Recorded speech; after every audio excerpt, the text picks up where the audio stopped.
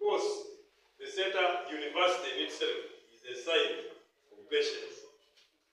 And grow steadily. And the same way he started the Center High School as one campus, which gave birth to many campuses. We believe that Center University in itself is going to multiply and again feed the masses of Ugandans to enjoy quality education. Like our acting academic leaders was cited, the acronym of Center is representing very, very relevant faculties that are addressing the new challenges of society. As a country, as Africa, we inherited a colonial system which was creating a student to be geared to white-collar jobs. But I have seen the themes listed by Center University are very key. They are looking at nursing. You very much know that nursing is a demanded course abroad. You see many Africans have gone abroad and they have studied nursing and they are getting more money. So Center High School in itself shows that the minister, our state minister, who is our founder of Center High School, has been well calculated in monitoring the needs that the Ugandan citizen, the Ugandan student needs. And that's why those faculties. And I'm very happy he went to pick the faculties from Center in itself. It's a very well calculated program. So we are very happy. We are very many. We have very many colleagues here. I don't know whether the interview allows them to mention there. That's what they said. Bigger than them standing. And the copies are then the other one, which is number 101, no lawyers. So your counsel has required to give you license for no problems. So I think let's go, you show us as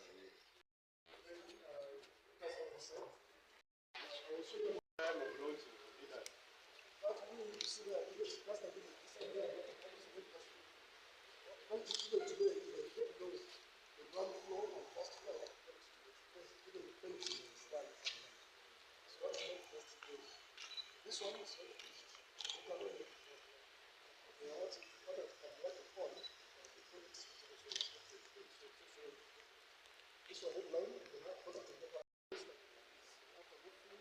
Mambo. Now this week, two rooms will be as I told you, my property we're going to have an active block. Somewhere there, I'm also looking for the office. active block will be When is that first?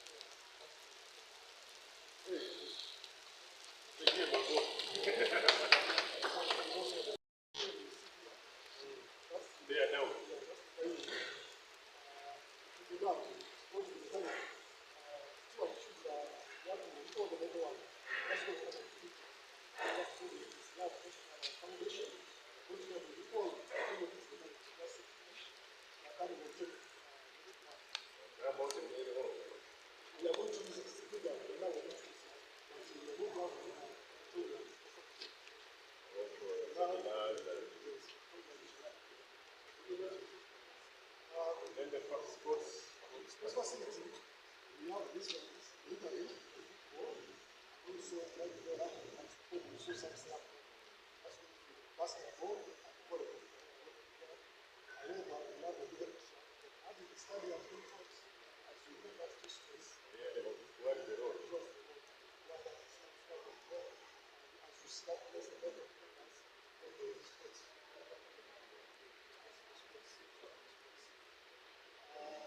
But we are going to have a fundamental structure for the university.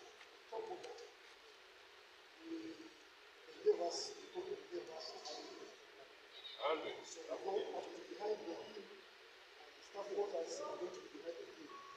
That's what staff quarters will be. But we have to go faculty of technology as to the center,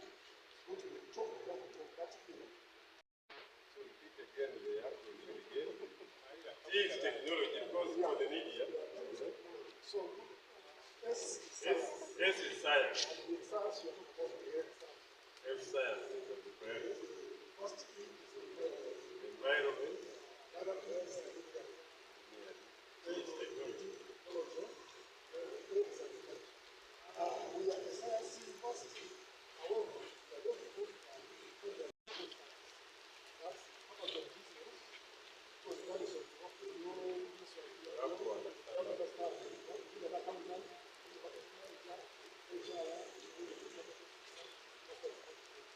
The other faculty is law. That is what you need in legal science. So those are the only science programs that are going to come back to this university. So as I told you that in that field, that's why I want to learn about this university. We're going to be the England for this institution. That field, that every corner of the corner of the field, you're able to see the rest of the people. As I told you, next year, that school of medicine. School of medicine. Last year and this year, we did more of this.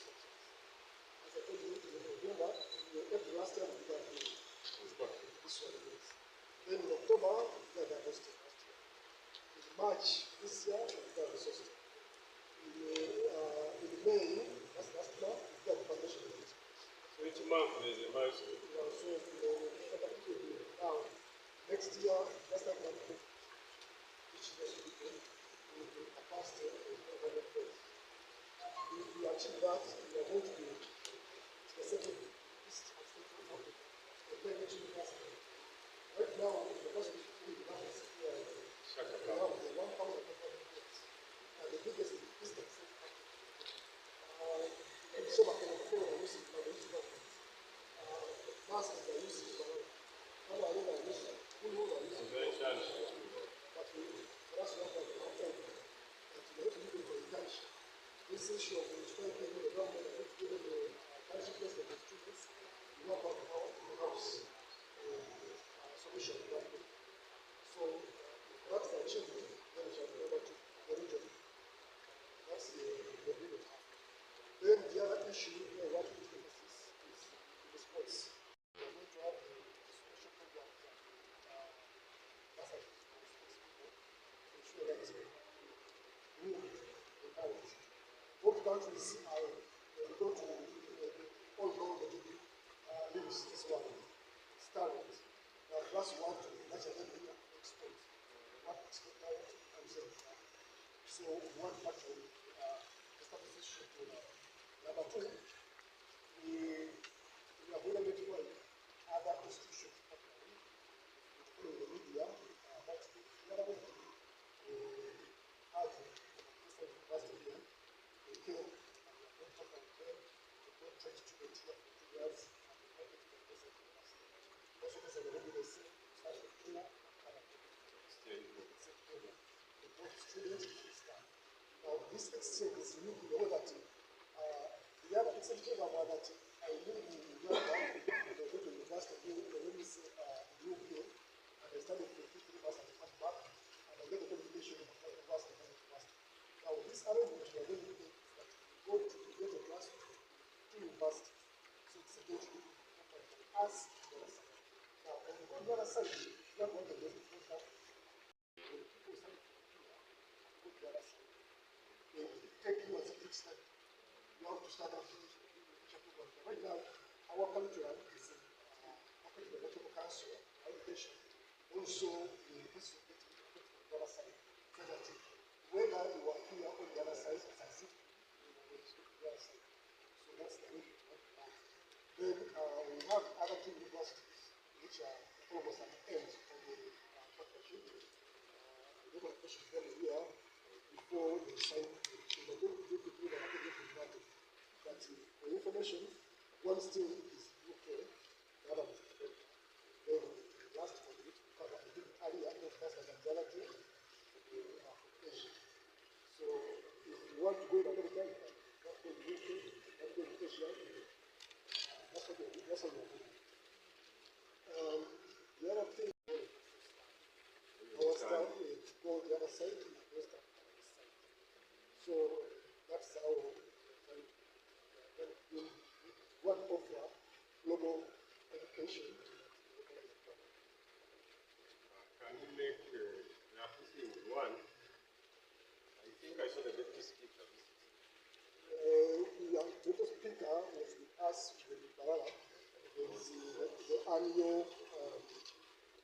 education work conference, which I'm from here. This year was the 15th. Always been at National Council, but last year there was one in Barara, Bale, then this year was in Barara. What he brought, he got to speak on our stall, because all universities are there. Oh, they were exhibiting. The issue is about education techniques. We are the only university in Uganda which has a super operative teach bachelor of education techniques. So when National Council had about that, they had to put our stall and we had the even the Indian National Council was very coming with the different programs, not total programs. That's why we need to go social sciences and do all the topics that go on self there. Let us go with it. How ready are you for staff? Because it's a new formation. It's a new formation, but also we have people as a topic. Exchange program. Also, come here 2 weeks from now, we are new staff. Smart classes. Not in smart classes, IT, everything. So, and simulation labs, all of the things, others, almost others. So, we don't have two smart classes. Any issue to be taken, those best classes in this country. It's allowing my colleagues. We are opening August 4th. Okay. We are set as you can see. Classes 6, as you can see, 6. They go to graduation with blue 6. How many 6 will come around? The labs go up there and then set everything straight.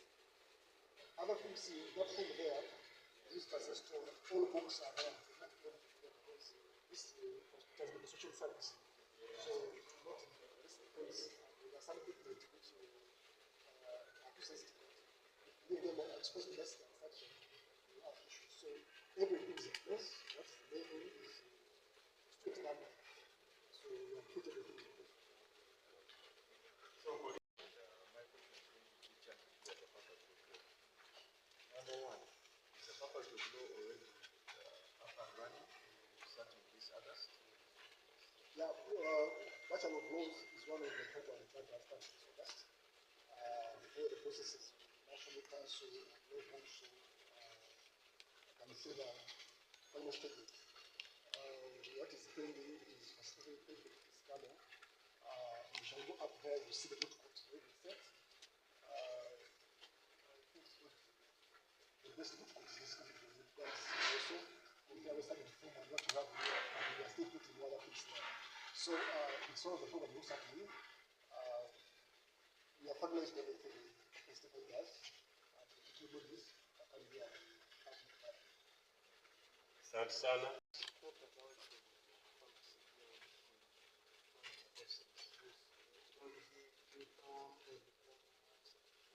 We are starting with the fact. PSU, everything, very patches with them. Know that even in the initial view of our program, we said everything to us. As I told you, we have equipment. We are working with PSU. Each step we are working with them, we are heading us step by step. PSU is the most important Uganda, yes. So we are working with them step by step. We don't have any issue. So far, the students start We have staff. Yes. No, the requirement of the education body is that the faculty you give them the staff, you give them the equipment, and all other things. So we have to set all that. it's really all of you. Give back the diploma and certificate that don't come. We don't want to too much.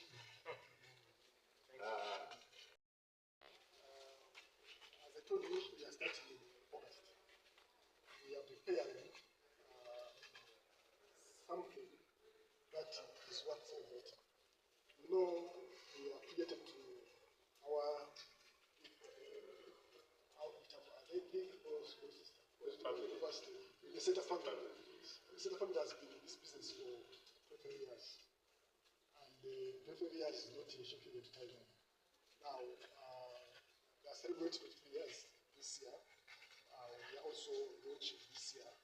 So we are going to train on their successes and their goodwill and the excellence they are known for to ensure that we also make something substantive in this country.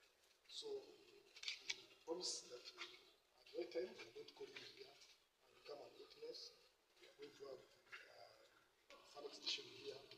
Initially, it was meant to be here, but for other reasons, we are waiting for us to come here and have a bank here which is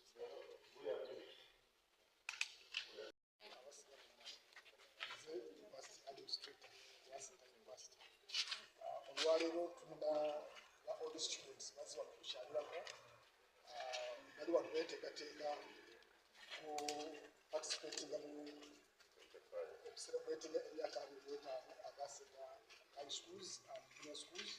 So bazze wano balina meeting yaabwe executive ya all students. Baagala kulaba bagenda okuyamba essomero lyabwe okuba n'olunaku olulungi kusi kibayise wano. Naye mbadde mbayitiramu ebimu ebigenda mu maaso wano kubanga olina okujjukira nti Center Family Planning erina amasomero aga secondary ana aga primary mukaaga aga primary asatu. Now tulina baby owa university. So aba stakeholder bakulu nnyo ku university eno ensonga lwaki bazze wano begeyeemu nga bakosti tubadde tunobayitiramu ekigenda mu maaso ababadde bajja studio basis kati bo bazze ngaba old student. Lwaki njita yaabwe nti balina etafaali seta high erina etafaali amaanyi ebataddeko naye kati n'abamu bafuuse bazadde abamu bafuuse basomye bajja kujja wano ng'abakozi bajja kwetano abaana bajje basomere wano n'ebirala tolwagise university ya stakeholder bakulu university. So mbadde mbayitiramu ebitontole ebiri wano bagambye nti university tulina obusulo okusobola okusuza abaana 15 abaana abalenzi n'abaana abawala 15 kutandika wote kutandise naye bwetugenda nabatukuze tujja kufuna hostels endala era mbadde mbayitiramu nebagenda mu maaso mu kifo kino nti tulina programu nyingi national council ziyakkiriza okusomesa era mwezi ogw'omunaana naku z'omwezi nga 4 abaana bagenda kuba bajja wano tutandika okusomesa. Ekoosi zigenda okutandikako ezimu nga ekoosi y'amateeka ojja kulaba waggulu awo kooti yaggwa tubayita root court mu Luzungu then ne labu za pharmacy gaza waggulu awo zo ziri ne labu endala zonna. So mbadde ngezaako bayita mu bufuuze nga tutwala ebyobuzannyo ng'ekikulu mu kusomesa university eno. Ekimanyi bulungi nti omwaka genda kuza emyezi nga 14 mpaka 27 timu yaffe mu Uganda ey'abaana ba university abasomera ku university bagenda e Germany bakituo ky'emizannyo. Kati naffe tugezaako okolagana na akakiiko akakulira eby'amatendeka emizannyo mu matendeka g'owaggulu mu Uganda akakulibwa omukyala Penina Kabenge. Twagala okolagana naye naffe tuhostinge emizannyo ku ddaala ly'ensi yonna wano mu Center University. Yesu lwaki bagambye nti tuzimba ebisaawe ku eka 20 nga twagala tubeere ne sports facility ezisinga mu ggwanga wano. Era twagala okubeera nga tukozesa tunoonya ebitone by'abaana ne tubizimba era tubeere nga Uganda egenda kubeera twagala Uganda ebeere nga kyekimu ku bifo destination for global sports event. So tugenda kuzimba state of the art sports facility era tukozese facilities ezo okunoonya ebitone by'abaana tubikuze era tutandike okuexporting okutunda ebweru nga tutunda ebitone by'abaana aba Uganda. Okubeera ne course bayita artificial intelligence nga eri mainstream course nga si course unit si somo naye nga course eyeetongodde era National Council of yasooka okuwulukusa okusomesa ebyo. Tulina emikago wabweru university ddala wiki eyaggwa wiki 2 ezaagwa emabega mwalaba Tesa University bajja nga tugezaako okusayininga enkolagana yaffe nabo era kati mu ngeri emu abo bateesa n'abalala bonna tulina abaganga basatu abali pipeline, university emu eri America, endala erimu Asia, endala erimu UK. Tetunamaliriza kusayininga naye tunatera okumaliriza ensonga sagala kugera amanya gazo naye otaba tumaliriza kugera amanya gazo. Kati ezo universities ezo zigenda okukolagana nazo okufuna obukugu okuleeta okusomesa abaana baffe era naffe basitaafu baffe nabo nga tugezaako okubakolisha. Naye ekidala bakasa ne mu Uganda ng'eggwanga tulinamu abakugu mu artificial intelligence abakoze research abazikoze kosi yonna era tubalina nga basitaafu tugenda gattako abewa bweru tufune ekintu ekikuteka.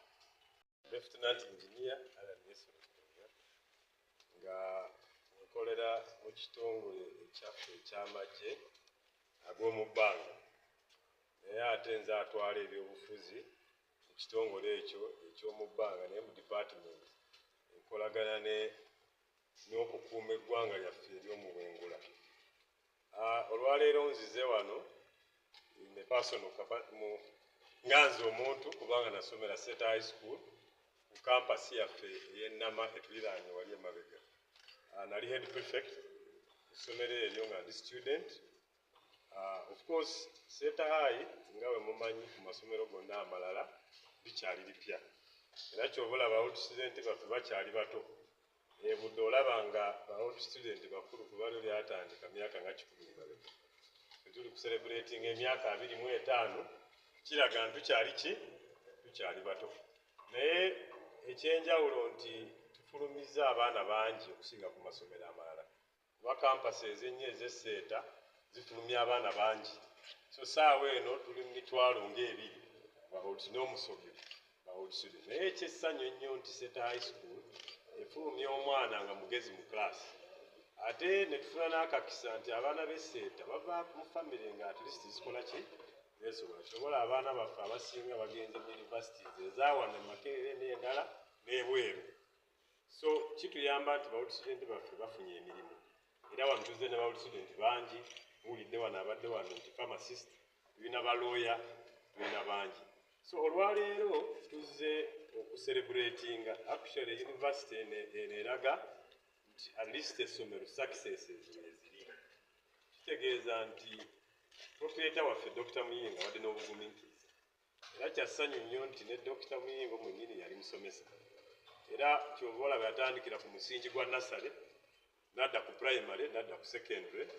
Secondary n'azongera obugazi okukolera ki? Kweyongera okukolera Abannayuganda. Era luvannyuma lwa myaka 25 we mulidde kwe kujja okukola ki? University. University eno agikoze nga ebanyolodde okukwata ku nsonga eziyamba omusomi okumala okusoma n'afuna omulimu. Twafuna challenge nti ng'Abafirika education system gye twafuna omuntu amala okusoma ng'ayambala amataayi n'amasuuti n'emirimu n'ekikola ki? Ekigaana. Olwaleero tuzze ku bintu bibiri. Okulaba university yaffe kubanga babanyonyodde nti Center University mwana wa Center High School. Tuzze wano okulaba essomero lyetusobola okuteeka mu baganda baffe, bamaama baffe, abaana baffe kubanga yo Center ng'essomero tukoledde bulungi. Kyova olaba Center High tuliwulira advert mu mawulire nti tusasudde New Vision etukubira akalango. So nga bwe kibadde eri nga ebikolwa bye byogera era bwe kigenda okuba wano. Of course Center High ng'essomero liwadde aba old student emirimu. Era mu ba old student tulinamu abalina PhD nga olaba mwami Mbago wano. So era tugenda bbaamu n'abaana abasomera esseeta okusoma okubanga bakola wano. Kali kyebadde ku Center High ebadde nti emirimu oluusi batera ogiwa ba old student. Era ndowooza kye kimu ekigenda okubeera wano. N'ekyo si kikulu.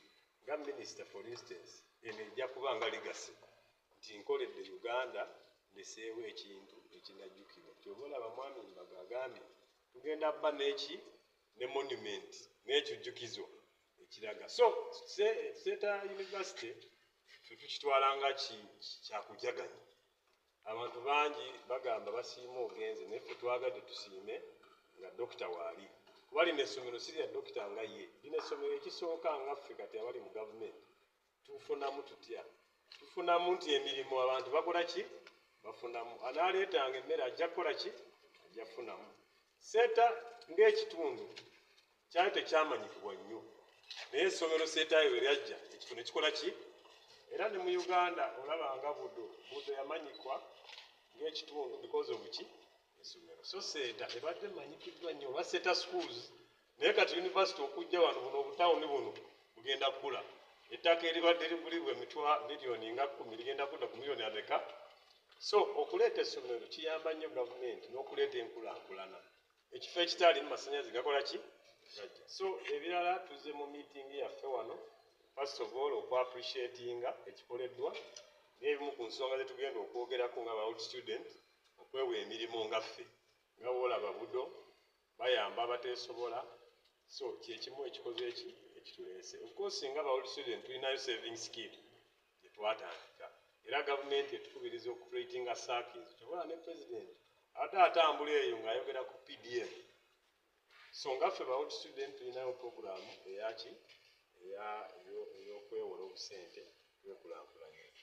N'ekirala tulina medical association ng'abaasomera SEETA High, abasawo ba pharmacy tujja wamu. Era twakikolako Ennama, twajja ne tukola medical camp ne tuyita abantu bonna abeetoolodde Ennama mu katundu konna ne bajja ne bafuna services. So those are part of the activities etukola ki etuzze okwogerako. Naye ekirala tuzze okwegatta ne university nga tucelebratinga emyaka 25 nga ki SEETA High. Era 25 ng'olina ate ekipya ky'okola ki ky'olaga. Ensi eno ne president atugamba nti tukolenga tucelebrating nga tulina achievement. Naye at least okola achievement n'ocelebratinga n'abalala abakwetoolodde. Engineer Alan Neserukunya, political officer, akulira ebyobufuzi mu magye gaffe ag'omu bbanga naye mu department eya Air Operation Command Center. Era abasomerako SEETA.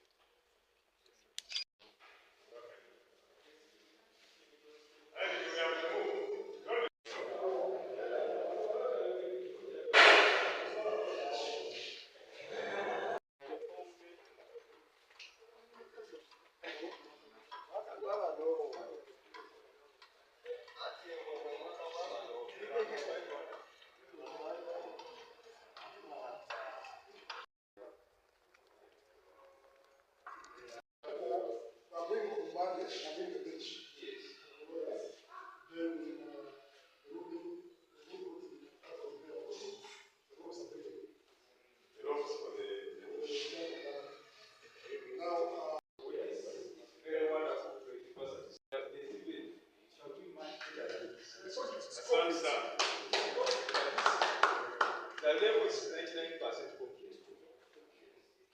Media, very, very key. Never had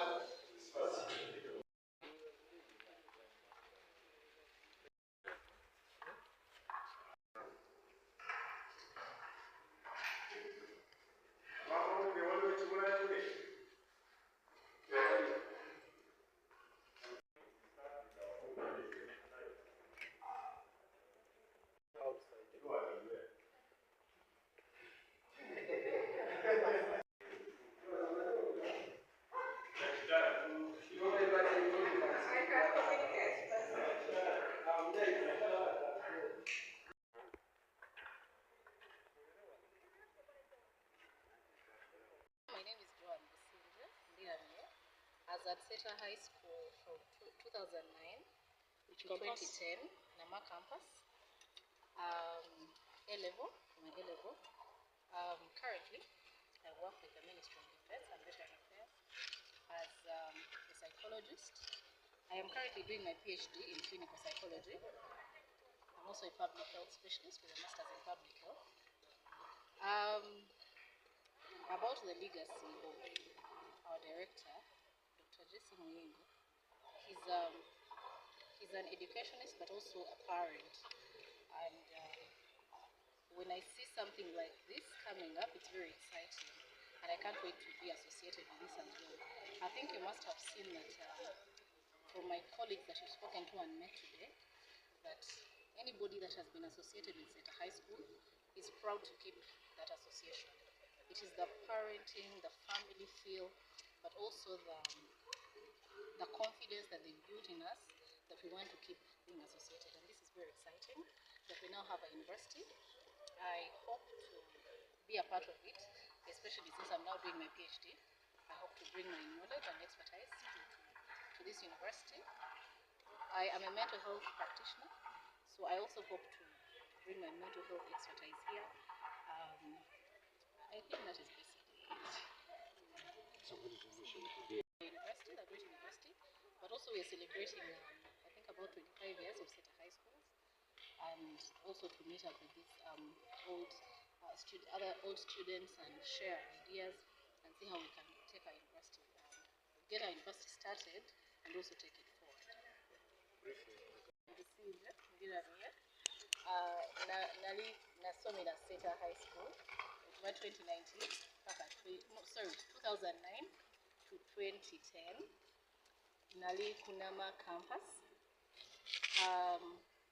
Kakati nkola ne Ministry of Defense and Veteran Affairs as a psychologist. Tenga ndi muyizi nsoma PhD in clinical psychology. Leero ekindese ekisinza okundeeta is nenyumiriza nnyo mu SETA engeri Dr. Jesse Muyingo, director waffe, gye yatukulemberangamu, bringing us together and okuencouraging okubeera nga family ate nga n'ekirala nurturing leaders. Mpozi ekirala nali prefect mu biseera yange bye nali SETA High School, so ndi sanyuse nnyo okuba nga kati batandisewo university kuba amasomo standard ya SETA High School gyeleeta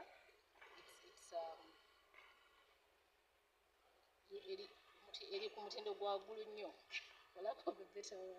mutindo gwa waggulu nnyo, era nkakasa nga university yaffe egenda kubeera ku mutindo gwegumu, nga baffe abayita mu ngalo za SETA High Schools, yatufuula ekyomugaso, so tulowooza twetegeka okubeera part of the university, okuleeta expertise zetufunye, the different expertises that we have, okuzireeta ku university yaffe eno ya SETA University. My name is Sewanura Isaac. I am one of the High Court of Uganda. All student of SETA High School. I did my O-level at SETA High School main campus, and I did my A-level at SETA High School Nama campus. Here today we are here at SETA University, which is a child of the SETA High Schools, and I want to interest you about the Faculty of Law of SETA University. The Faculty of Law, of course, is going to start in August, and the facilities are already in place. We have had a tour of the classrooms, we have had a tour of the court. Now, I want to show so much interest in the court that you have seen. Very spacious, very nice looking. It has all the facilities, and I want to tell you that it looks better than even the actual courtrooms that we have in Uganda. I'm very confident that a student who comes here to pursue their bachelor's of law degree from SETA University is going to get their best legal education that there is, and they'll graduate to be a very good lawyer. I myself am going to be part of this faculty, and I guarantee you that it's going to be the best. We are going to release only cream. That courtroom you have seen there, if you are to look around and see the courtrooms in Uganda, they are not to that standard.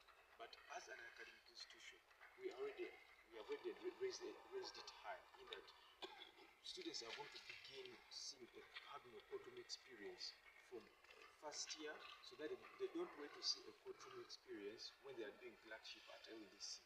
We are going to give the students everything they need. By the time they graduate from here, they will be as good as advocates, of course, without going to LDC, but they'll be as good. Finally, when they graduate from LDC, they'll be very well prepared. So I urge you who want to study law, please come to SETA University. It's going to be the best. So yeah, he's a person who I know to be very patient. And the other thing I know about Dr. Jesse Muyingo is a person who never gives up. I'll give an example. When I was in senior 1 at SETA High, Nama campus, our toilet caught fire, and for some time we were sleeping in like a sick bay, but he never gave up. He rose from the ashes and built another dormitory in record time. And within 10 years, Seta High Schools are now 4 in number. Dr. Muyingo is a parent. Dr. Muyingo is an educationist. Dr. Muyingo is a very listening person. When you were at Seta High School, you could find him just moving along, school compound. Then tell him, Mr. Director, there's this issue. And he will listen to you there and then. He will solve it there and then, and that will be it. No need for going through bureaucracy of, okay, let us first meet, we're going to go for a board meeting. No, he will handle it on spot, and that is something that Lebuya does so much to him. But the other thing about him that I talked about earlier is his being a parent. Dr. Mungo understood. People used to come to school without school fees, without, I used to listen to them, and they used to go paying in bits, but finally they completed. And also, the communities around. Dr. Mungo, when he does his academic institutions, he caters for the communities around. I remember when we were at Seta High School, Nama campus here, he gave scholarships to the communities nearby. At first, some didn't believe that. Seta High School, such a good school, how can they give a scholarship? Many didn't first participate, but when when others went there and they actually got the scholarships fully, the community started getting there. So I like the fact that Dr. Mungo is a parent, he's an educationist, he caters for everyone and he takes everyone as they are. So that's my legacy about him. That's something I always remember about him. Soma era nga mazeemu kati emyaka 9 nga nkola mu kkooti enkulu eya Uganda ne mu kkooti eza wansi. Nasomera Seta High School ey'Emkono, Namaka main campus. Nakolera O-level yange, then nenzija wano Seta High School Nama nenkolerawo A-level. Tuyiza wano olunaku olwaleero okwogera ku Seta University. Seta University mwana mupya ng'avudde mu masomero ga Seta High School. Seta University esangibwa wano wakati wa Seta Nama campus ku luguudo lwa Jinja Road ne tunatuuka n'amawujjo. Seta University eno egenda kusomesa amasomo mangi, naye ziraga kwogera ku ssomo ery'amateeka kubanga linakuzuukamu. Tulambudde abagenda okusoma amateeka bagenda okusomera, tulabako gye bagenda okukozesa n'ebibiina. Naye kyensinze okwagala ennyo ku Seta University nti nno erina courtroom eryayo. University nnyingi abaana ne baga okufunaku experience ku kooti kibeera kitya, batambula ate ne bagenda mu kooti endala. Naye wano kiri waka wennyini nawe mukirabye, era omwana ajja okusomera n'amateeka agenda kusomera mu kooti alabe nti mu kooti bitambula batya. Kwegamba kirina kubeera practical, so si just theory. Omwana atuuka okufuluma wano nga mu mateeka ekituufu tutyamu nti otuuka mu kooti n'otyamu. Naye oba nga osomye ng'ojja olaba nti kooti etambula bweti, kooti efaanana bweti, omulamuzi wayingira oyimirira n'ofuna experience yonayina, w'otuuka okupracticinga amateeka oba tokyatya nnyo. Otuuka ogenda ku LDC nga banno olina obusukkulumu bw'obalinako nti bo bagenda okulaba olwo gwe babirabako eddako. Olw'ensonga eyo nkubiriza omulanga omuntu ayagala okusoma amateeka, Seta University ekifo ekituufu. Jangu wane Seta ojja kusoma, nange ngenda kubeerako eyo ttiimu ogenda okusomesa amateeka. Tujja kugunjula omuzadde, tujja kwejjusa. Kyesooka okugenda ku ssomo ly'amateeka wano. Jericho ndi munnamateeka nga nagasoma era nga kozeeko kati emyaka 9. Joined that school in 2011. I came from Bamunanika, like my former colleague said. Dr. Jesse Muyingo picked me from Bamunanika constituency.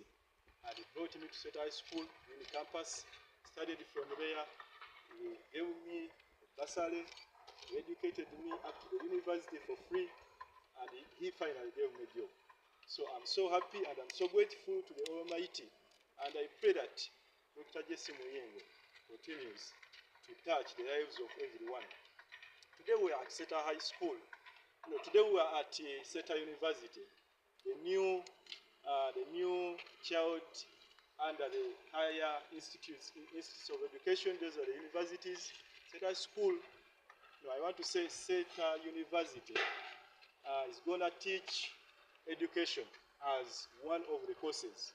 Me as a teacher, I'm already proud of this institution, of this campus, because last time I was here, I visited the lecture rooms where we shall be learning from, or where the others will be learning from, so that it is a privilege to be at SETA High School, SETA University.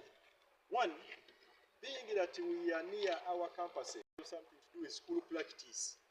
So all those ones, the teachers who will be having their education at SETA University, I'm very sure that we shall have assured training from the SETA High Schools, where we shall have first-class training through SETA High School. So I don't expect that we shall have real difficulties in attachment, because it is Dr. Jesse Muyingo, SETA High School, and then Dr. Jesse Muyingo, SETA University.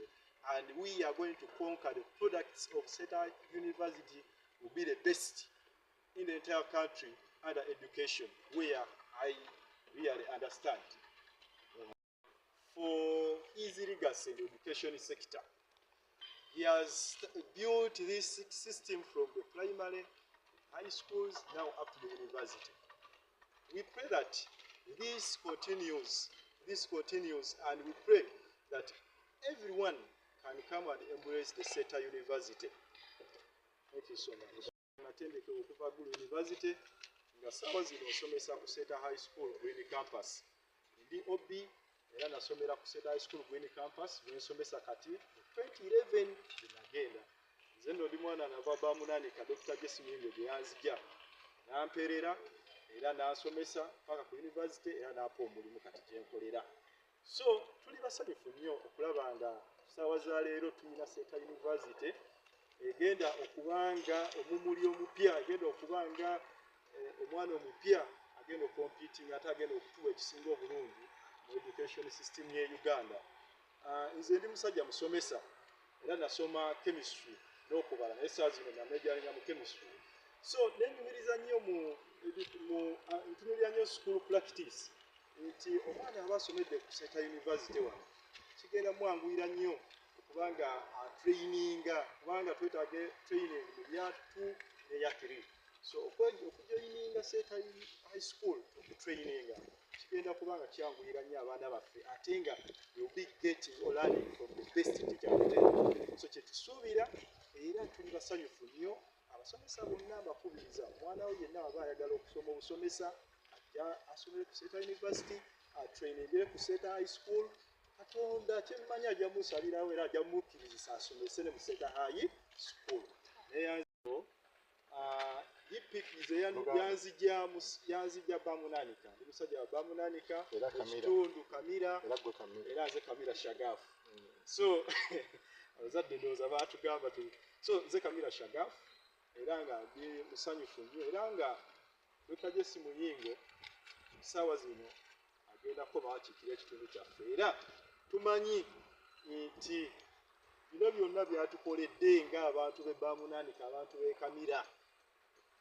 Atuwadde abaana era nalabye nga yagambye abaana bajje bajoininge university eno tumusasule ekisinga obulungi, because abadde parenti waffe nnyo, alinga taata waffe. Buli oyagala okamugamba atuwuliriza, atwagadde. Imagine nakusomesa paka ku university, abamu n'abawa ne ssente okuyingira hostero. So omuzadde ng'oyo tusaana tumusabire nnyo, Katonda amuwangaaze, Katonda awangaaze SETA High Schools, Katonda awangaaze SETA University yaffe, ffenna tubenga tufunamu ekirungi nga Uganda yonna.